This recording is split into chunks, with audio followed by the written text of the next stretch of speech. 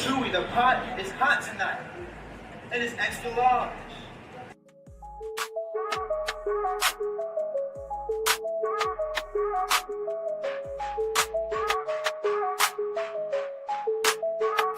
I'm taking over, one city at a time. Evolve is the brand, and it is the best of all time. Got my friends with me, so you know it's time to unwind. We gon' show you how to do it, this is the way we climb. To the top, not stop, it won't be a drop. Cause I'm here to save the day, and we will never flop. So just turn it up a notch, yeah. It's Evolving Podcast. Let it drop, it's the weekend, I ain't had no rest yet. It's time for us to rise, and you know we bout to flex. I'm so hot that you ain't gotta check. Just sit back, relax, and let me do the rest. Yeah, we taking over, one city at a time. Evolve is the brand, and it is the best of all time. Got my friends with me, so you know it's time to unwind. We gon' show you how to do it, this is the way we climb. To the top, not stop, it won't be a drop. Cause I'm here to save the day, and we will never flop. So just turn it up a notch, yeah. It's Evolving Podcast. Let it drop, it's the weekend, I ain't had no rest yet. It's time for us to rise, and you know we bout to flex. I'm so hot that you ain't gotta check. Just sit back, relax, and let me do the rest. Yeah, we taking over, when we're the best of all time. You wanna know what's in this backpack? Oh, what the hell? Oh, wait. Ladies and gentlemen, welcome to the Evolve episode podcast 23 Magic. Ladies and gentlemen, I don't have a shirt. I'm really tired. It's Puerto Rico. It's hot. Life is life. I'm joined today, Invisible Woman. How are you? Hello, everybody. Invisible Woman, aka Cardi M, aka I have many names. I'm doing great tonight. Ceejaywolfy Terrell, for real love. How are you this evening? We are doing excellent. Good. I am full and fed. And the wise man that gets to see all the wrestlers, EOD33. How are you, sir? I'm doing good. Doing good. Hello, Mr. Be Quincy. woke. All right. Can you get your tail out of my face? Yes.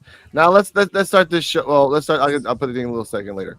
Let's start this show by saying they were doing a recap of last month with Callie Armstrong defeating Natalia, Tala getting beat up, Tala beating up Callie Armstrong, and it was confirmed that in that month, that was the month that she got her haircut.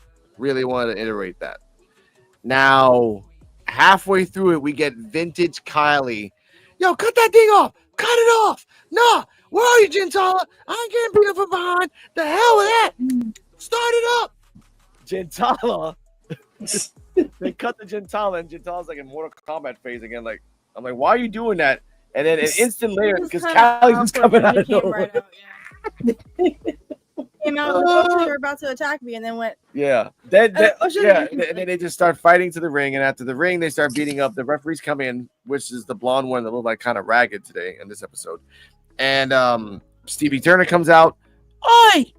I'm Stevie Turner. Let's have the match. War Games. Really in the mood today, ladies and gentlemen. I'll be right back. And after that happens, Callie Armstrong versus Tala. Let's talk about it. EOD, your thoughts and rating. I actually want to talk about the match when I come back in the second. It's just kind of weird. All right. Yeah, For me, it was weird how they started because like my live stream was starting. I'm thinking they're doing a recap. I'm hearing Callie talk and kind of sounded similar to what she said last week. Then all of a sudden I see Tala come up this fight. I'm like, wait, hold on. What happened? I had to rewind it back so everyone could get synced up again. I was like, wait a minute. They're starting. This is the match they're starting off with.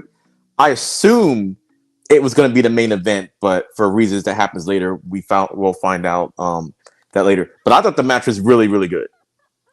I thought Tala really showcased herself. Callie was showing how dominant she is, like she always is. But Tala, she did take it to her. She did take it to her for a while. Even though I still feel sorry for what's her name, Tyra May Steele, because she technically is the number one contender, and this should have been her match. But Callie, like, I don't know, kind of like a tweener, and was like, I don't give a damn who the number one contender is. You jump me, so I'm getting you next. And at some point, this lady's gonna break. At some point, you can't just keep disrespecting her. But Yeah, to me, I'll give this match an A because I think it did everything it was supposed to do. It made Jim Tala look credible. They emphasized the story a little bit more. They also showed the flashback and everything. And Stevie Turner coming out to start the match, I'm like, Stevie Turner, you have absolutely no control over Callie Armstrong and what she does because that match was starting anyway. I was like, so for her to come out there and say, "Oh, you want to have the match? We're gonna have it now," and I'm like, they're gonna have the match anyway. So, but I give the match an A. So, next up. Now, before we get to Ceejaywolfy Terrell, I'll say the notes at the end of this. Notable notes. Last week was most likely the first episode of new tapings, not this week. So last week was the new tapings. I want to put that out there because they have video screens were up in the background around ringside. A little bit more different now. Ceejaywolfy Terrell, your thoughts and rating of this match? It was only like 7 minutes, 7-ish, I think. Well, I really enjoyed this match too. The start of it was crazy enough already. The interruption from the recap from last week, but I like how it start off. It's something different. But yeah, I like the match and Gentala's new look, appearance, look. I kind of like that too, but it kind of got a little Rhea Ripley vibe as well. So, but she look good though. Yeah, she look good though. But yeah, so I'll get this match. Hey, I really like it. Terrell? Yeah, from start to finish, I can honestly say it was entertaining. Like I'm sitting up there, like I said, I'm just sitting up there watching it, just like EOD. Well, I'm not sure if he was actually like watching it at the time when it happened, but I'm sitting there watching it, and I see like the standby bars pop up, and Kelly just going in already. She was like, "I'm not waiting for the main event," so I'm taking it as that was supposed to be the main event of the night, which does make sense because it's a title match. And she's not waiting. So, she wanted her revenge on Gentala for attacking her, back when she defended against Natalya. She came out there, did her little stance, which was I thought was weird. It was like I'm finna get her. Like, wait, or probably not. And like I said, Callie got the best of her in the match. The match was pretty good. Gentala's new look is great, but Callie had the win. And kudos to Stevie Turner for trying to try to be the general manager of everything, trying to keep everything, the prime minister, trying to be the prime minister of everything. But that fight was going to happen either way. It was going to happen. Oh, the announcers did announce that it was supposed to be the main event. Like right when they got into the ring, they said, "Yeah, it was supposed to be the main event." But I guess we're going to start it right now. Yeah. So I'm gonna give it an A. Okay. Cardi M, thoughts of the match. Now you can say the notable notes on this. Gentala swole as fuck. Respectfully, what happened? You went to the forest with Brock Lesnar and came back different in the last taping to this taping, because last taping she wasn't swole. That was that Stranger Things thing between season 2 and 3. Yeah, Mike grew like 5 feet. I was like, okay. Yeah. Go on. She woke up. No, I mean this whole new tapings thing, like it's probably a month back. We're a month behind, basically, is what I'm trying to say. But this match, like you said, it kind of had like an awkward start a little bit, but it was overall a good match. And you made a comment while we were watching it that Callie needs to work on her like power bombs and she has work. She has work on the spine buster and the power slam, because spine buster was kind of like wobbly. The Gentala is supposed to be stiff on the way down, not like wobbly. You gotta protect the neck and the head. Yeah. And the power slam was like she knows how to do it, but it's kind of half-assed. I'm like, eh. But again, Just gassing Something out. happened between a month that Gentala was skinny and Gentala got was- muscular. She was training. They're probably like, all right, you're gonna be on Evolve now. And I'm not, and respectfully, Big I'm not saying it's like exactly. I'm not saying fat or I mean, she just what happened to you? Did you get locked in a room with Jordan Grace? And muscles was meals for you? What happened? God. All right. Well, yeah. My rating of this match, I will give it a solid B. B Wow. plus. Okay. B All right. plus. Okay. All right. Kelly Armstrong dominated the majority of the match. Not the majority, but the majority of the first 2 minutes. Once she tried to do a splash, Gentala countered that. Then Gentala started doing some nice. I like that she did the arm submission, and out of respect for her, are you giving me consent to show what happened? I don't know. Okay, that's a yes. Gentala does this. Oh yeah. The slightest. And like the Callie, and Callie's like, what the? So I did like that. And Jen kept trying to do The 619. Is that the move where they're in the corner of the ring and she like wraps around? Yeah, the swings ropes. around. She kept trying to do it, and then She did it Callie caught once. her. It worked. She did it twice. Callie's like, okay, I'm sick and tired of this shit. Back and forth. And then when she did the spine buster, and again, that was kind of scared. When she did the power slam, it was over. Once I called the ropes, I called the 1, 2, 3. 1, 2, 3. Boom, game over. Gentala sold it. She was dead, straight bodied, to the point that Kelly Armstrong had to like put her arms around her and kind of pull her up this way, like, move your hand. Yeah, I thought she was going to grab the rope, but no, she was dead. No, she was dead. 1, 2, 3. A. It was short, and I'm kind of giving it an A-. It was short. The second match kind of gets me mad because it was longer than the first match. Yeah, it could have been longer.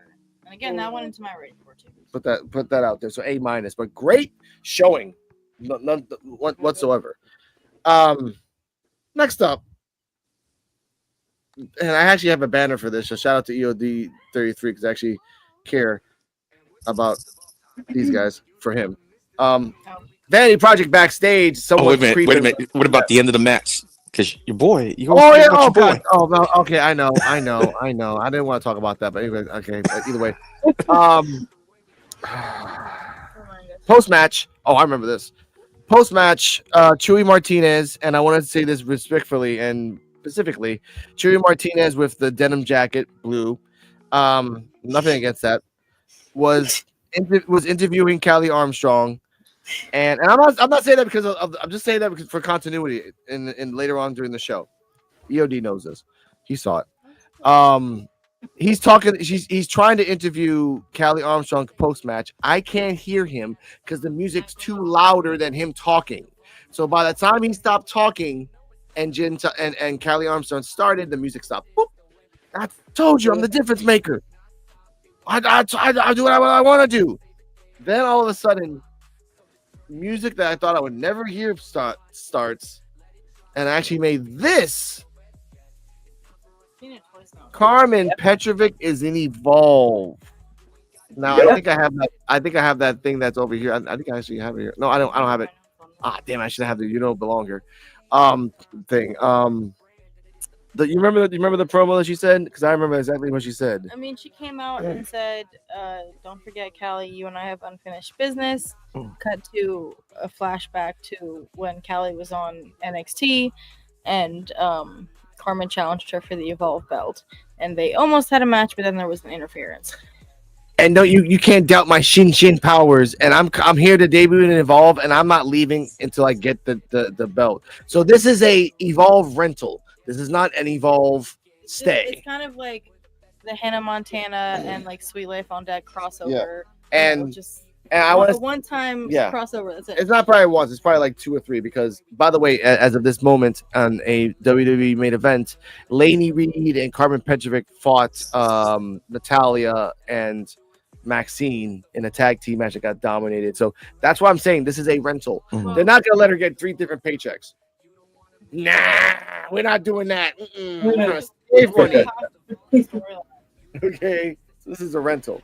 Yeah, so I will say this. Go on. My notes on this segment is the fact that she came out to a new program for the first time, and her whole gimmick is that she has a katana, and the whole ka-ching ka-ching thing, Ching, thing ching. the ching ching. I don't know how to say it. Shin shin. Ching ching. Shin shin. She did that without the katana, and it just, I don't know. It just, there was no context, and it's without the context. I don't know. That's my thoughts on that. Maybe Naomi still has it. Borderline, like, Oh my god. I literally see it in my head. It's like Sting coming out without the bat, and he just goes like, "Why is your hand? Why is your hand open? Point, man. Don't point." No, it's just oh man, it's Sting coming down from the rafters in a normal suit with no mask on. He's like that. Get out of here! No, but EOD. that was my thoughts. Your thoughts on Carmen Petrovic being a rental and Evolve? Well, and we'll talk about what happens later.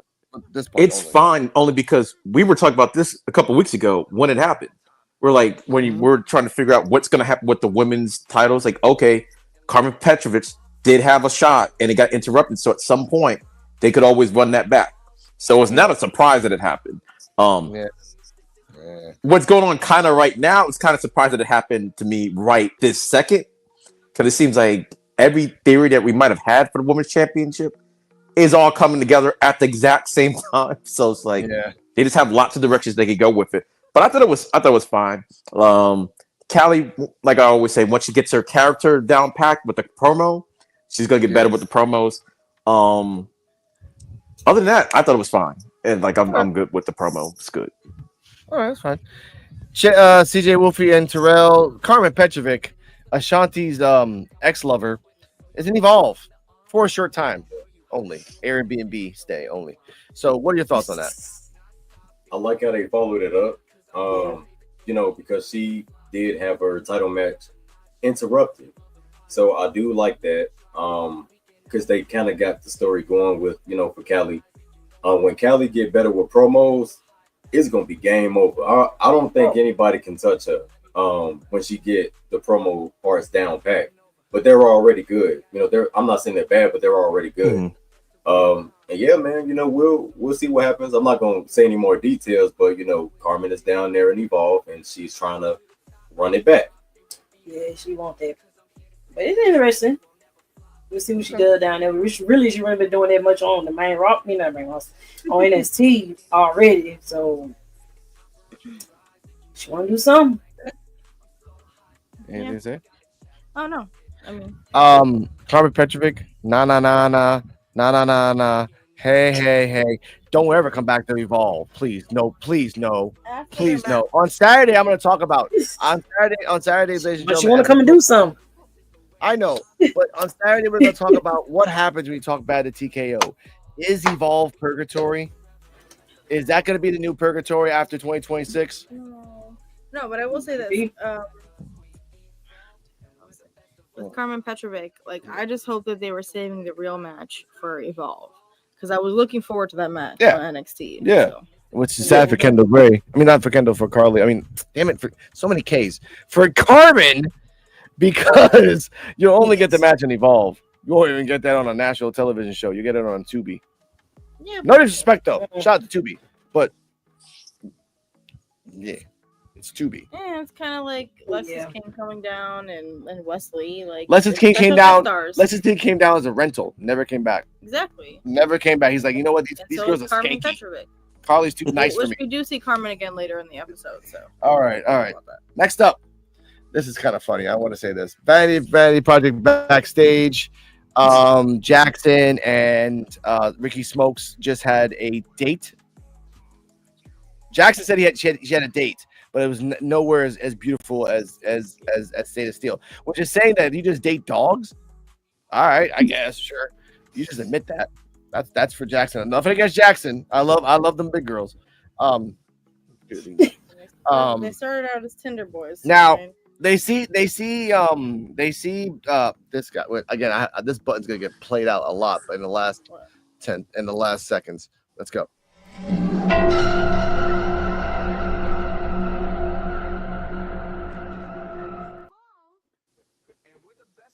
Jackson Drake is talking to Bryce and everyone else about Keanu Carver. He has legs like tree trunks and he's low key crazy. Before we continue, quick answer: EOD 33 Wrestling Hub, is Keanu Carver low key crazy in terms of character? Yeah. Okay. Yeah. CJ Yeah. Terrell, same question. Yeah. Terrell, He's obviously crazy. Yeah. But it's not low key. But I ain't low key. He ain't showing that. We completely no. Yeah.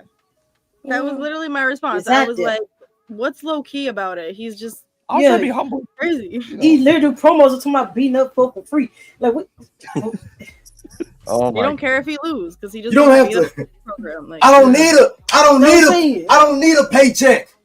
Yeah, I He will did say beat that. everybody up on this roster for free. That's crazy, man. ice you thing, know what's like, funny? I love the character, He but it's crazy. absorbed Harlem Lewis's gimmick and then put it for himself. Yeah. That's when Harlem Yeah. Lewis said that I beat people's asses for free. It's true. You like, can pay there's me only for be doing one this. of you, and it's gonna be Keanu. Right. I love you, Harlem Lewis. Wait, One's in the sky. so are you saying Keanu is the Cell? Yeah, Cell from DBZ. He's the Yeah, he's Cell of absorbing. Evolve. yeah, He take pieces of his opponents. yeah. It's like like osmosis. No. It is Osmosis Jones. Shout out to that actor, Chris Rock. Now, as this is happening, this is a crazy show, ladies and gentlemen. As this is happening, they say, oh, Keanu Carver and all that stuff. Jackson Drake and Ricky Smoke says, look, I talked to Baylor said this. I talked to Stevie, and Bryce Donovan has a match. Then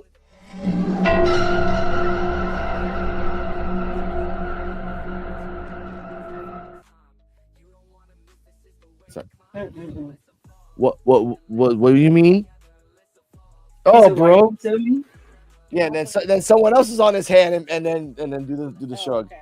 Do the I shrug. was early. Sorry. Ugh. There you go. Oh, you got this, man. Do this for Vanity Project. And Xana Steele's like, yeah, you can do this. EOD 33 Wrestling Hub.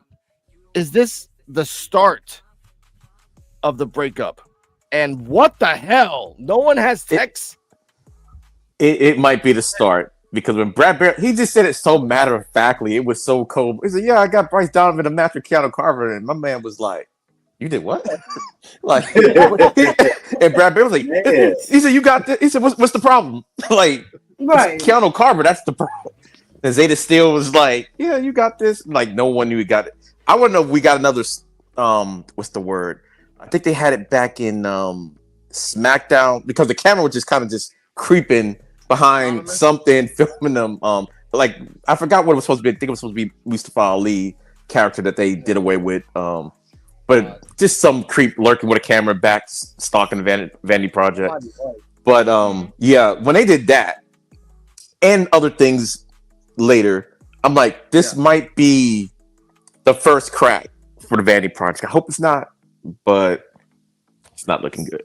But I like the whole segment and everything though. I thought it was good. So It was. and I don't think Zeta Zeal is a dog, but that's No, that's no, me. I'm not saying he's a dog. I'm saying that Jackson's saying that any girl is nothing to comparison to Zeta Steele. He's got So to I'm say saying that. Jackson Drake, Jackson Drake, the Carolina Reaper likes dogs. I don't know. I'm just saying. If you're comparing it to Zeta Steele's not that pretty. I'm just saying. We love you, Zeta. Ceejaywolfy Terrell, thoughts on the start of the schism and Bryce Donovan talking a lot because he got screwed. Mm-hmm. Yeah, it's gonna be a kind of a rip between that, especially like what happened later on the end of the main event with this match. Yeah, it's something gonna be going on. He might not part ways slowly, or maybe it's something they might do in a few weeks, where they come across to him about stuff like they did then. Yeah, it's gonna be something gonna happen. Yeah, it could lead to a breakup because wait, who was the one that set up the match again? Was it Brad? Yeah, Zach Brad. Morris. Okay, so It was Brad Zach. Bailey. Brad Bailey said Vanity Project is who? Him, Jackson Drake, and Ricky Smokes. Yeah. And we also got a match with Keanu Carver going against Bryce Donovan. Like, oh yeah, like we're the Temptations, but he's Like you ain't even David include Ruffin, him. or like David Ruffin in the Temptations. No one came to see him. It's like No, we're a group. Oh, and then we got Bryce Donovan. He's going against Keanu Carver. Like, wait a minute, what? Oh wait, so I'm not in the Vanity Project. I'm just a guy here that's gonna take the bullet for all of y'all. Yeah, That's the way I took it when I heard it. So which is yeah, that's just like D Generation X, the way they used to do X-Pac. X-Pac had to always go against who? Kane, Undertaker. Why he always got to, you know what I'm saying? Yeah. he got demolished all the time. Just squashed. Yeah. And the crazy thing about it, to me, X-Pac was the most talented out of the whole group. Minus Shawn Michaels because he wasn't in DX at that time. Yeah. That makes sense. But yeah, man, they making Bryce bite the bullet, and that's messed up. Because he is the heavy. He could big boot all three of them in one go if he wanted to. Yeah. Which is probably going to, and they're probably going to drop like pin, like bowling pin. Oh my god. He's probably the paid help. I don't like Bryce. Yeah. Yeah. Go on. No, it's maybe this is like his villain origin story, because it's sad to say, but I think this is the first crack in the group. And I was looking at their outfits too, and I was noticing that, like, you know, Swipe Right and Zeta Steel were all like dressed the same, and then Jackson Drake came in, he was dressed a little bit different, but yeah, like they weren't all, you know, didn't seem like he was as cohesive and part of the group as much. The color was blue. Yeah, and he was they had blue polos. Yeah. But yeah, I think he would stand out and be much stronger on his own. But don't forget, when he first came, you know, said he was part of the group, he's like, "Oh, I'm the bodyguard." Like, the bodyguard doesn't party with everybody; they just stand there. And this is why I love her so much. For the fact that I was going to bring that up, that in the first episodes, he said that I'm going to adapt to the environment that I'm in and use them for my benefit. Now it's flipped. 20 episodes later, they're using him for their benefit. And that's when he's like, oh, crap. That's not supposed to happen. It happens. Sink or swim. Sink or swim. I love that. And that's what Vanity Project is. Sink or swim. Zeta Steel is just swimming. Next up. Good thing, isn't it? Carly Bright and Kendall Gray are backstage. Carly Bright says this the second they pop up on the screen. You deserve to have a title shot against Callie. Kendall says, against Callie. Kendall says, yeah, you're right. But now we got to deal with Wendy Chu, that she's popping out of nowhere. She's in my freaking face, and then she disappears. I can take care of her, Carly. Carly's like, no, I got to do this. This is a new Carly Bright, and I got to show everybody that. And they go out. I was like, all right, that's fine. That's cool for you. Remember that, ladies and gentlemen, for the future. That's what Carly said. Kendall deserves another shot with Callie. And we've been talking about who should be the person to take the belt off Callie. Kendall. It all goes back to Kendall. Kendall and Callie had that rivalry from the beginning, and they didn't really finish it. Yeah. But EOD, your thoughts on that? Like, in the future, should Callie give it to Kendall? I respect Gentala. I respect Tyra. I respect Layla Diggs and the Reflection of Perfection and Mason and all those girls. But if we're going by the story, the only one that understands and can really knock down Callie, because Callie sucks in submissions, is Kendall. To me, it depends on if they're. I guess they can have it for Kendall and Callie. That's like the obvious thing. But, you know, WWE, they sometimes like to have the face and heel thing. And right now, they're both kind of... Actually, Kendall's more face than Callie's. Callie's kind of that Stone Cold, like, type character and everything. So, if Callie's going to move on, like, no rematch, just move on, yeah, I can see Kendall getting it. Or maybe they might have somebody else get it off of Kendall. Get it off of Callie, and then have Kendall get it off of that person. That's what I said. They're throwing so much stuff, but it's like all at the same time. Every theory is all here at the same time right now. You got Kendall right now. You got Tyra May Steele. you had Tala, but she just got wiped off the map. But she'll be back later for something else. But yeah, and who knows what else they could do? You still got what's her name? Chantal. No. Like Nakia Lyons is still out there. Someone remember God. she never got her shot. Well, she never really got her shot and everything like she said she wanted. So don't forget she's out there somewhere. Plot hole. So anyway, I didn't forget. So yeah, but Kendall is for me the more likely choice, just because we want to keep it in the Evolve family and everything. Yeah. And they've been having the storyline from the very first episode. It's really been about the two of them, and they're just finding ways to keep them apart from each other. Really. Yeah. So which makes sense. That now it makes sense with the Wendy Chu thing. An easy 5 to 10 episode arc. You can just put Wendy Chu against Kendall, and then once that's done. But Ceejaywolfy, Terrell, your thoughts on Kendall might being the next successor for the belt? Yeah, I think it'd be a good idea. But she'll probably have some great matches when she becomes champion. And and them two have a good match already. But yeah, she'll be a good contender for that. Be the next title holder. Okay. Terrell? For her to be the next contender and possibly the next one to hold a belt would be amazing. Because I think Bray, once she do go up against Tyra, that's gonna be a really good match. Oh yeah. It's gonna be a really good match. Heck, I would even say that the stipulation in that match should be submission. I think it should be a submission match. I actually enjoy watching that. But as far as in Carly Bright, she just looking out for her friend, and well, we'll talk about that later. We'll talk about that later. Yeah, we'll talk about that later. Cardi M, Kendall Gray versus Callie Armstrong for the future.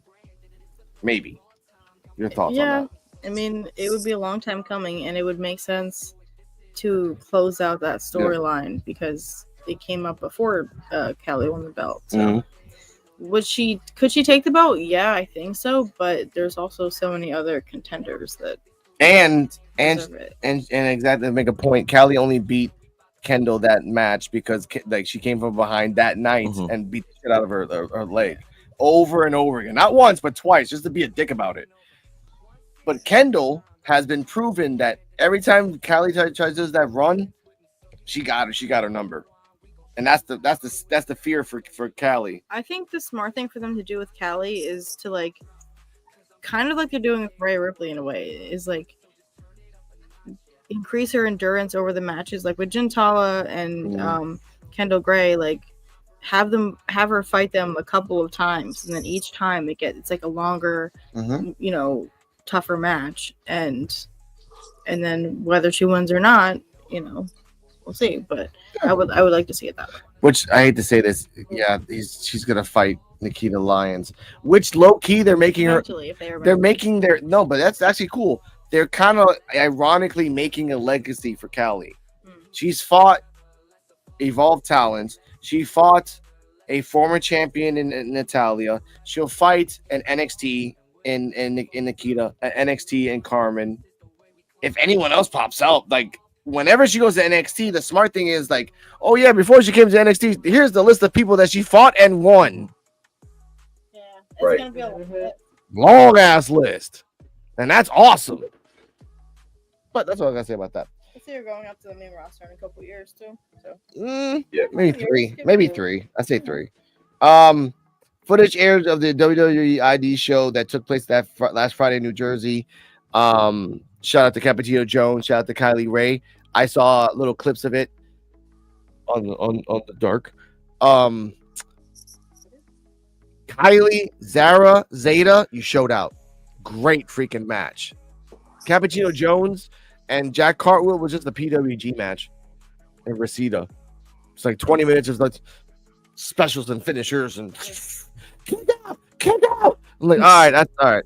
Too much for me. I need he had too much coffee that day, so I like that. Yeah, exactly. Backstage, Steven Turner's talking to Carmen. Yeah, go on, Terrell. Well, I was gonna bring up the fact that they did say that the WWE ID belt will be defended in the indie circuit. Ooh, yeah. And whoever is the next champion, they get a contract. Yeah, ID contract. If it's an independent wrestler that wins, they get a ID contract. So anybody could possibly win it. So that's a good stipulation. Anybody in the indie circuit could become champion. Anyone. Mm-hmm. That's a quick way to get someone you don't want anyone outside. Like, I like that wrestler. Yeah, Kylie Ray. Zilla. Isn't Zilla? Isn't he already under ID contract or a prospect? TNA. Or No. He's in TNA right now. He's not signed yet. He's not signed yet, but he could be. Right. Yeah, he could be. That's the sad thing about this. I know he was talking about. That's why. I know, but it's a double-edged sword. You get an ID contract, which gives you the chance to be at least minimum at Evolve or NXT in the future, but you then are not you kind of are in the indies, but you're controlled by WWE in the long run. In the long run, you can do things, but not everything. Yeah, so it is pretty cool that they the grandfather way of doing it is dead now, and the only way you can get it is if you become champion. I like that. Yeah, earn it. I like that. Show the fucking match. Oh yeah, that's like a resume. Here's my resume of how I got in. Great match. And it's good for like the crowd, for people showing up, because you never know, you might see that title change. I like that. Okay. Speaking of titles, Stevie Turner is talking to Carmen Petrick, which, by the way, she's never had a title. I'm not saying that she did, but she never has. Is talking to her. She's like, "Look, I am sorry that you didn't finish the match with Callie, and you kind of like do deserve a title match with Callie." Tyra May comes out of nowhere. I just got to evolve. But I have to get that clip for later. That thing's hilarious. She's like, "But wait a minute. I had a match with 2 other girls and I beat them. And technically," which by the four, it's not technically, "you won the match. Therefore, you should deserve a number one contendership against Callie." Stevie kind of forgot that, which they said out loud. Carmen must be listening to the company and listening to us. She says, "Look, I know that your dream is to get to NXT, and I'm already there." She already won the contract. Tyra took that like Becky took the Nikki. Just took it like. There's no fighting in the Prime Minister's office. So let's do this. Carmen, Tyra, title eliminator match next week. Boy. I think I like the first accent better. Oh no, I'm sorry. I don't. I try to think of Regal, but I think Regal is like whatever. So actually, I have the button here. Not the button, but the title. Here you go. Carmen versus Tyra May next week. Ladies first. Invisible Woman. Thoughts? Who wins? And who should be banished from Evolve and never to come back? Tyra May still wins, and Nope. Carmen has to fight Callie eventually. Wait, now I'm like, that's not fair. It's not fair. That's called wrestling. I don't want Tyra May still to lose. She just got to Evolve. How are you gonna make her lose? Technically, no. It's wrestling. Wrestling can be bent to a certain degree. Now think about this. Well, then bend it. Think about this. How is there a way that both win? How is there a way? Somebody interferes. There's a double count out. Callie, by the way, Callie don't give a shit about none of them. So she ain't coming out. She doesn't care. Like she's focusing on Gentala. Gentala might be a mysterious attacker again. I could see Callie coming out after. That'll be awesome. Yeah. She comes back as a mysterious attacker. Yeah. But go on. No, go ahead. No, I could see Callie coming out and trying to attack Carmen. All right, I guess. Unless she says some shit in the back before the match. Who was this mysterious attacker? Gentala. No, you were saying Gentala. Never mind. Gentala can come out of nowhere and do this. As the mysterious attacker. Yeah, like Tyra's going to the back of the stage, and all of a sudden she gets hit with a chair again. And Gentala's like, "Well, I'm here, so, but you lost, but I'm here." You know, that'll be ultimately far-fetched. Carmen has to fight Callie. So, however they work that out. All right. I don't want Tyra to lose. EOD 33 Hub. Wrestling. I'm sorry. Who wins, and how are they going to make it to the fact to Cali? All right. As Cardi was saying earlier about the Bryce villain origin story, we're witnessing the Tyra May villain origin story right now. She just keeps getting disrespect. She's got technically another. Oh, it's eliminator match because she technically is the number one contender already, but essentially she's fighting another number one contendership match, which is crazy. And the fact that Carmen's got a couple things going for her. One, they need to run it back. Two, she is an NXT star going against an Evolve star. So you could have it where I think Carmen will end up winning, but I think it'll be through shenanigans. I don't think it'll be like somebody's going to interfere. I think she might cheat or something like that just to get it done. Because I don't think they're going to do another triple threat match. The only person I can see really coming in is, like I said, if Nikita Lyons comes out of nowhere. It comes interfere with the match because she said she wants the title also. So, and she's not hurt. She's wrestling, I think, NXT house shows and stuff like that. And so, that's good. Yeah, she was here like a couple weeks ago. So she's not hurt. So that could happen. But I think it's just going to be more a shenanigan, maybe pull the tights or something like that, the ropes, something. But I think that's how Carmen wins. And then Tyra May still again looking out of a title, or something happens and she wins the. I'm trying to think because it's not a title match. Maybe she does something and gets disqualified. So she still looks strong, but technically, if you do something crazy, you lose the match. So the other person goes on, Carmen, to go fight Callie. Then maybe she's like, I got next or something like that. So. Ooh, it could be that just like Keanu Carver, Tyra May Steele does something to get herself disqualified. Yeah. That's what I'm saying. Yeah, so it's like she's winning, but she lost by disqualification. Yeah. Ooh, a suplex city to Carmen, like 3 to 5 suplex. Okay, either way, but I dream a dream. Ceejaywolfy Terrell, your thoughts on the match next week, and who should win and who's going to win? It seems like Carmen will win.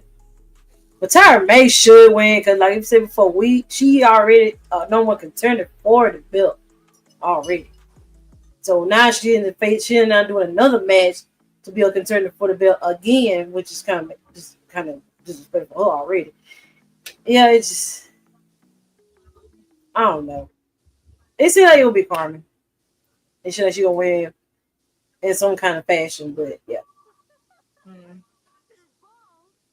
But yeah, Tyra, she gonna be turning heel soon. From all that, she turning heel. Yeah. If you could choose, who would you want to? You said who would you want to win? Tyra, but she already a no contender already. So don't give her the chance. Gotta get her the match or something. Don't let her fight again to be a contender for the belt. She already a contender. Yeah. Like what? I don't know. He's gonna end up being Carmen. What I wish would have happened was Callie bum rushed the prime minister's office and was like, "No, y'all ain't having nothing. What's gonna happen is, Carmen, yes, we had a match in NXT, but see, I gotta go in my order. So what we gonna do is Tyra,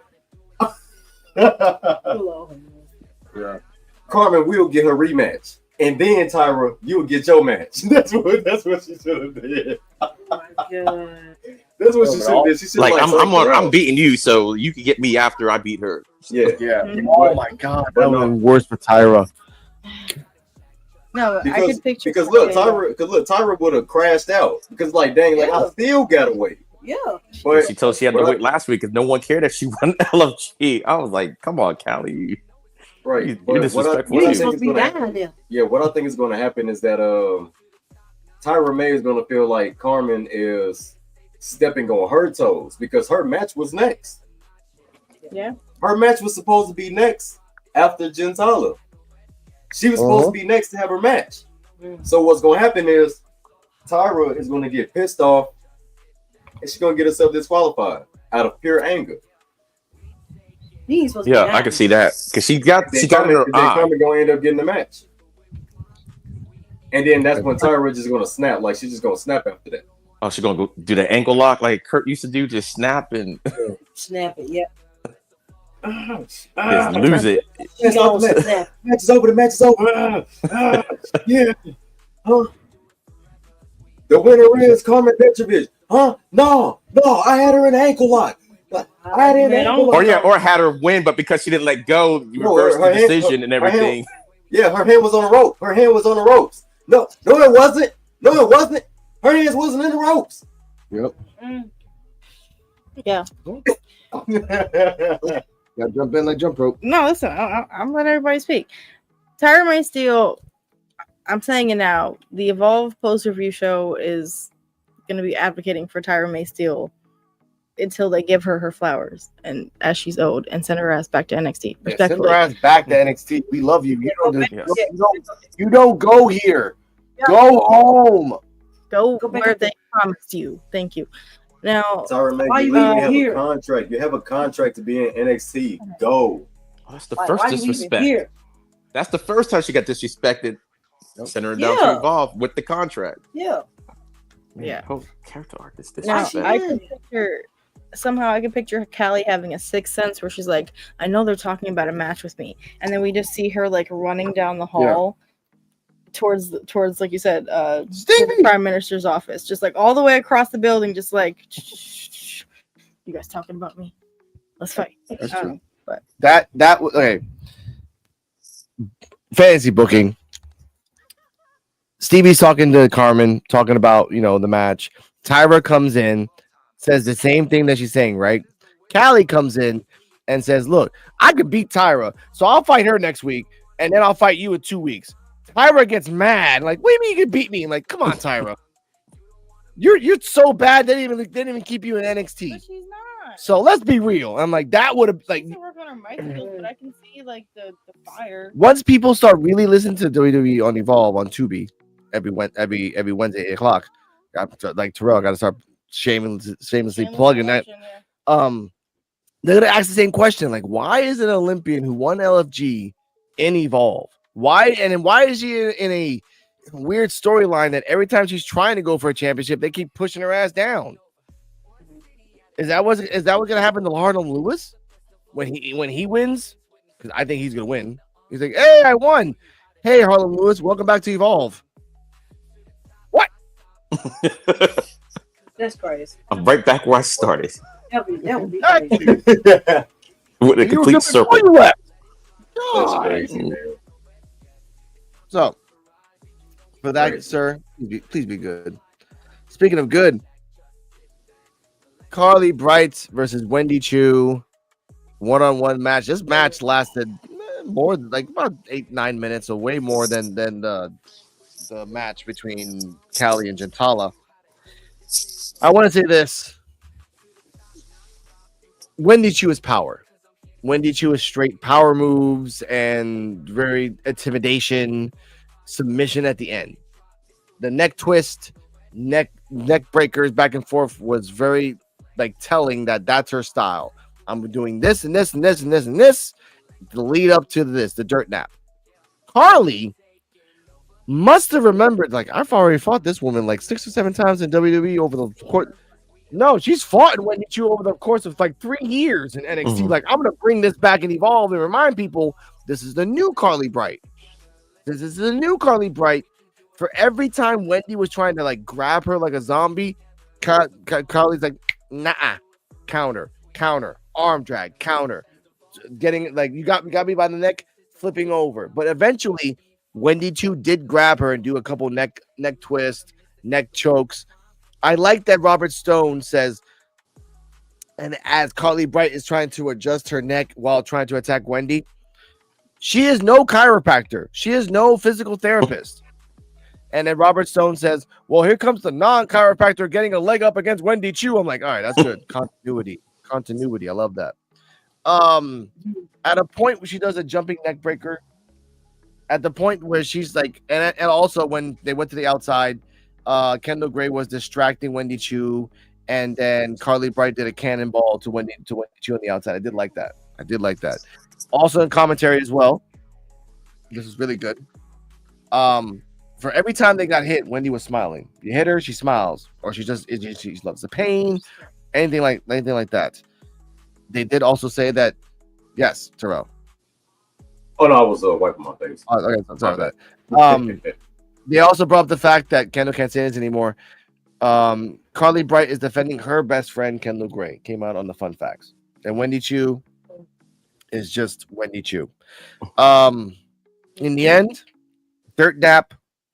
It was really cool too. Like she did the Rainmaker clothesline to Carly after Carly. And I will say this: when fighting a zombie, you make sure the zombie's dead before you put her over your shoulders to do a special move. If she's not dead, then she will get out, do a Rainmaker clothesline, and do the Dirt Nap while laughing and staring at Kendall the whole time for the pass out, not the tap out, for the pass out. After that, Wendy Chu lets go of Carly and then looks at Kendall, gets up and walks away. And during the minute that Peter Rosenberg and Robert Stone was talking and they go back to Wendy Chu laughing, Carly Bright was dead, knocked out, did not move for a minute. Kendall was doing this. Hey, come on. He didn't move. Thank you, Carly Bright. EOD 33 Wrestling Hub, your thoughts, rating, and the selling of that move. Carly Bright, I was surprised because she was super aggressive in this match. It was like a side of her I've never seen before. And you're right, the fact that she kind of had her scouted a little bit because she was countering like everything, especially in the beginning. But Wendy Chu's she's a horror movie monster and everything, and you only can survive for so long against Wendy Chu. And Wendy is so sadistic. Like she literally was laughing the entire match. Not really at Carly, but just laughing at Kendall while she's beating up Carly, which was crazy. Carly almost had me for a minute. I almost thought she was gonna pull it out, and then nope, Dirt Nap. And yeah, I think Carly might have still been in that ring if it wasn't for the next match to have to happen, because she wasn't moving. She was like just tapping her like a little kid if they got like a pet that just passed away. Like, no, you're okay. You're just asleep or whatever. You're okay. I mean, she wasn't moving at all. So I give this match an A. It was really entertaining for me. Really entertaining. I love that. Ceejaywolfy, Terrell, your thoughts on the match, rating, and the fact that Terrell, you're old enough to know this. They did the Pikachu Ash meme when Ash turned to stone and Pikachu was like, Ash. Oh yeah.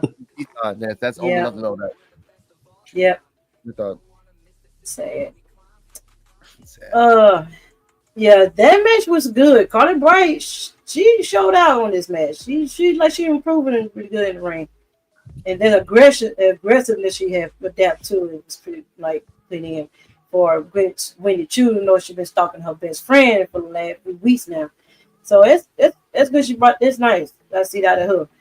But Wendy Chu was playing with Carly this whole match. Yeah, she was playing this good. She was just laughing. And then that laugh she did before she did that finisher on her, the sleep man. So it sounds so sinister that it just chills on you. Like it was crazy. But the match overall, I give it an A. I give it an A. Terrell? Carly Bright, man. Every time she comes out, y'all already know. I get a dopamine hit every time I hear her song. Love the theme song, man, because it reminds me. That's why I wish WWE would just go ahead and just do mainstream contracts with people, just so she could come out to "There She Goes." Oh Lord, there she goes. Like she needs that. There she goes again. Like man, that would be such a good song for Carly Bright, man. I swear, but Hallmark. Yeah, man. She Hallmark was down song. exactly. Yeah, she was evading Wendy Chu's attacks, which was smart. To some people would say it's smart on Carly Bright, but actually she was tiring herself out trying to reverse every single move that Wendy Chu had to throw it. Because just because you're executing a move don't mean you giving it your all. Like I'm gonna come behind you. I'm in front of you. there's like a Wendy was boxer. playing with him. Yeah, she was playing with it. It's like a Wendy was boxer. playing with this dude. Yeah, it's kind of like a boxer throwing a flicker jab, right? A flicker jab. He's not giving his full power, but then you try to hit him with a counter. You giving your full power. He just playing around like, no, okay, look at this fool swinging. Like they use no leg force to swing. Boom! Mm-hmm. And Wendy Chu got her. And I'm gonna get this Fall match. in her hands. Oh yeah, fell right into her hands. I'm gonna get this match an S because she put that girl to sleep. Sinister laugh. No, that's another part. As soon as she knew she had her, Don't say that laugh. where Kirby at? Come here, Kirby. Oh my god. Oh my god. Bro, as soon as she knew it was over with, Don't say that laugh she did before she put her. just like the Fiend. Just like the So Fiend. sinister, like the monster got a hold I of the freaking love brain. it. I love it. I love it. It was awesome. I give it that. Yeah, it's Kirby true. represents Wendy from now on. He's got the face and everything. Yeah, but Yes. Guardian, Yes. thoughts on the match? I honestly, the word I would use for this match is refreshing, because it was something different from Carly Bright, and it made me look at Wendy Chu in a different way too. Bars, but I don't know. They were using all kind of puns about Carly and how Carly Bright and how bright she is, and like it did. She showed out in this match in terms of like her countering skills, and like she was always not one step ahead of Wendy, but like just quick on her feet and like countering. She was anti-zombie. Yeah, Like, you ain't like, biting me, bitch. Yeah, it was like just an effort we No. haven't seen from her before, and like a type of countering, that we haven't seen from other wrestlers fighting Wendy. Like they're all just like trying to like hold her off, and Carly's like, nah, bitch. Like she just, I don't know, but Rating? I did like that rating. I will give this one an A also. Trying to think, I had something else I was gonna say, but yeah, Carly Bright, I don't know, she showed out in this match. Wendy Chu, I don't know, she's a powerhouse, man. Like I just, before I knew she was good, but I didn't realize how strong she was until you see her up against someone like Carly Bright, and it's like Carly is doing the moves, but like Wendy's just brick house. So notable A match. I will give the rating A+. Notable moments. Wendy Chu did the splits and then did her legs like wee, and then like, but this is the sequence I loved. She was trapped in the head with the legs. She did the little spin around. She put her legs up in a T formation, came down, smiled, went after Carly to grab her, and Carly immediately grabbed her left hand and turned it into an armbar. Like, that's what I loved about this match. For every time it was fun for Wendy, and Wendy was trying to pounce on her, Carly's like, I've been through this shit for 3 years. I'm not doing this and evolve.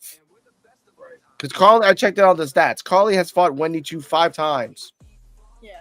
That's just, you And know, it's like, the rounds. She And moves slow enough that you can't really predict what she's gonna do, but she's about to do something. yeah. And I feel like all the other wrestlers act so flabbergasted when Wendy tries to like, throw a move, but Carly's like, no. It's intimidation. And I will say this, Carly Bright is only a fraction of what Kendall Gray is. Respectfully, you do not have the prestige of what Kendall Gray has done as an individual before she even went to wrestling. So when we have a Kendall Gray versus Wendy Chu match, the most logical thing to do is that this is a zombie that will never stop until you literally throw her into a table or the equivalent of a table, right? Figure it out, Kendall. Or put her in a sleeper hold. Casket match. Yes. Casket match, man. Sleeping bag match. Sleeping bag or casket I don't know if they match. can afford the casket and evolve. Why not? That's true. That's true.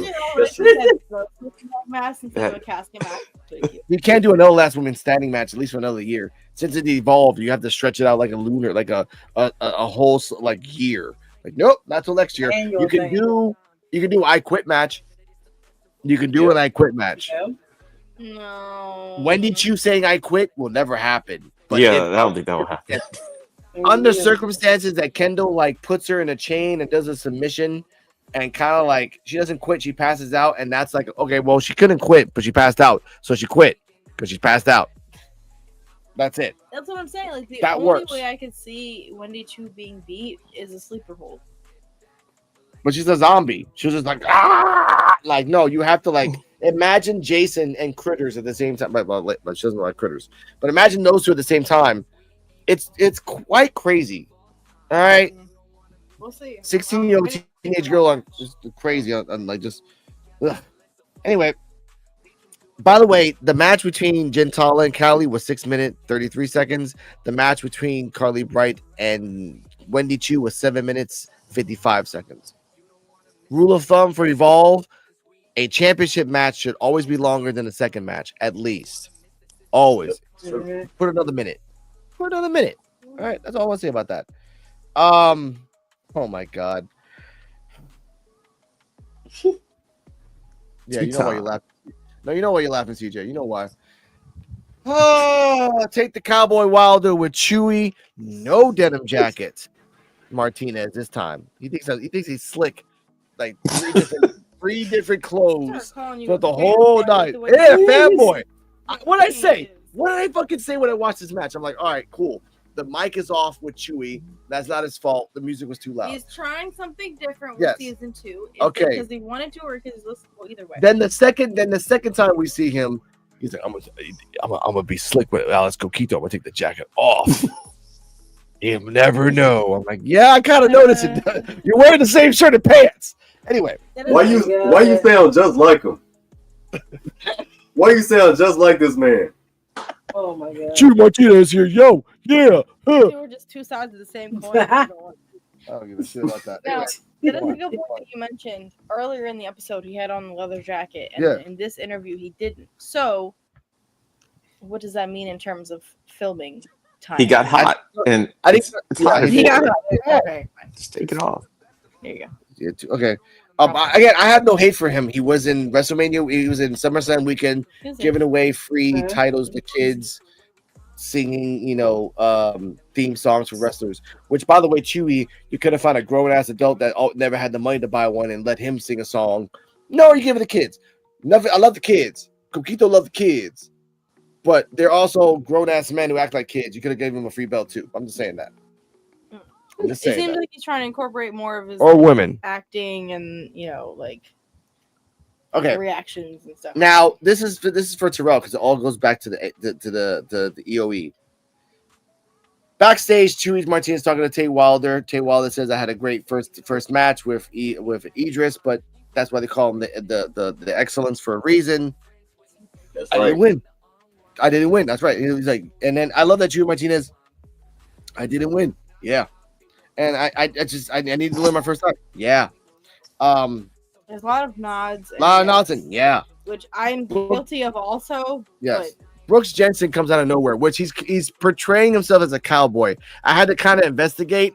He is portraying himself as the modern cowboy, and Tate Wilder's portraying himself as the Brooks Jensen? Yes, Brooks Jensen. So like Duck Dynasty cowboy? Yeah. More like Yellowstone cowboy. And then Tate Wilder's like Varsity Blues cowboy. I'm old enough, and EOD is old enough, and Terrell's old enough to know who Varsity Blues is as we go along. I know it's another movie you have to see in the list of life. No, I mean I was just making other cowboy comparisons. Brooks Jensen comes out of nowhere and says, "Look, you got beat up by EOE, and then like, look, you're not doing this the right way. They'll chew you up and spit you out." Chewy Martinez actually stands up like, "Hey, you left Jordan Oasis. Why? Like, what's your plan on this? Like, look." And I love that the simplicity of, I was helping Jordan Oasis. If I help him, he'll help me. I love that little phrase. I'll help him, he'll help me. That's how a cult starts. We'll put that out there. As that's saying that, he said, "Look, you're lightweight. I don't care about you." Then out of nowhere, we get some Easter egg. Tate Wilder says, "Well, since Rich Holland doesn't want to step up to me, why don't you do?" He says, and Chewy's like, "Oh, light work. Tell Stevie." And this is the part that I hate that Chewy said this, and just the placement. Keanu Carter versus Bryce Donovan next. on the main event. Hey, Tay Wilder, you okay? Yeah. No. Wait. No. That's what he said. He's like, no. And then now, before we continue, we talk about this promo. No, man, The rules of wrestling, and you know this. If the main event is next, the last words out of an announcer's mouth should be the main event. Not, hey, Cowboy, you okay? Yeah. Yeah. All right. So, EOD 33 Wrestling Hub, knowing the context of old wrestling schools and whatever, your thoughts on this? Tay Wilder versus Brooke Jensen next week. Okay. Let me break it down. All right. The Chewy part, when he said it, I'm gonna give Chewy some grace. Hey, he's not a writer. Maybe they told him to say it. Maybe they told him to do that and everything. So I'll let that slide. But Jensen I like the fact that they did talk about Ridge Holland and everything. Didn't forget that he has a thing with him last week, and Ridge won't fight him. The fact that he did challenge Briggs come out of nowhere. In a weird way, I guess makes sense. They did address the Jordan Oasis situation. So yeah, you help me, I help him. But then he was like, he basically stopped. Like I don't need him and everything. So this kind of makes sense why he turned on him, and it was still Oasis' fault. And I'm standing by that because he wouldn't tag him in. I stand by it too. Yeah, he wouldn't tag him in. So what was Josh going to do? He don't know you anyway. You're supposed to be helping each other out, but you're not helping him help you. So he took matters into his own hands. But yeah, the back and forth between Tate and Briggs, I did like it and everything. Chewy, yeah, you stood your ground and everything because when he tried to debo your interview, you had to ask the hard-hitting questions like, okay, so what was the deal with Oasis? So the whole thing, I liked it. It was cool. Yeah, if the main event is next, it should be promoted next. But I kind of see it's like, look, this interference kind of came out of nowhere. So it's like, just check it on this guy. And plus, he's not a writer. They probably just told him to do it that way for whatever reason. I get it. So Like, it was fine. It was fine. It was fine. All right. Well, Cardi M, before we get Cardi M, your thoughts on this promo? I don't know. Wardrobe aside, this promo. Come on. Well, speaking of wardrobe, camo hat thing. Like, first it was a polo shirt, and now it's camo. Like, what is the vibe that you're going for here, dude? Just pick one and stick with it. Yeah. Okay.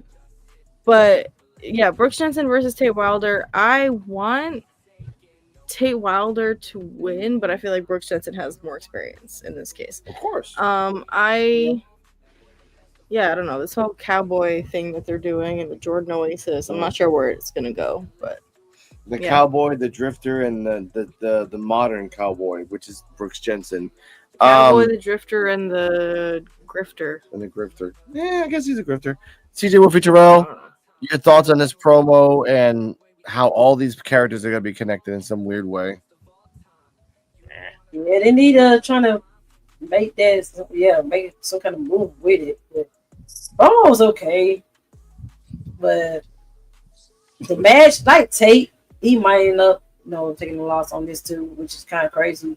You got two losses in the first two matches and stuff. So unless he pick up an upset on Jensen, but maybe. But Oasis, I don't know how he got some into this, so we're gonna see how that gonna play out.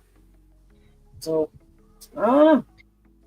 Who has Tate fought so far?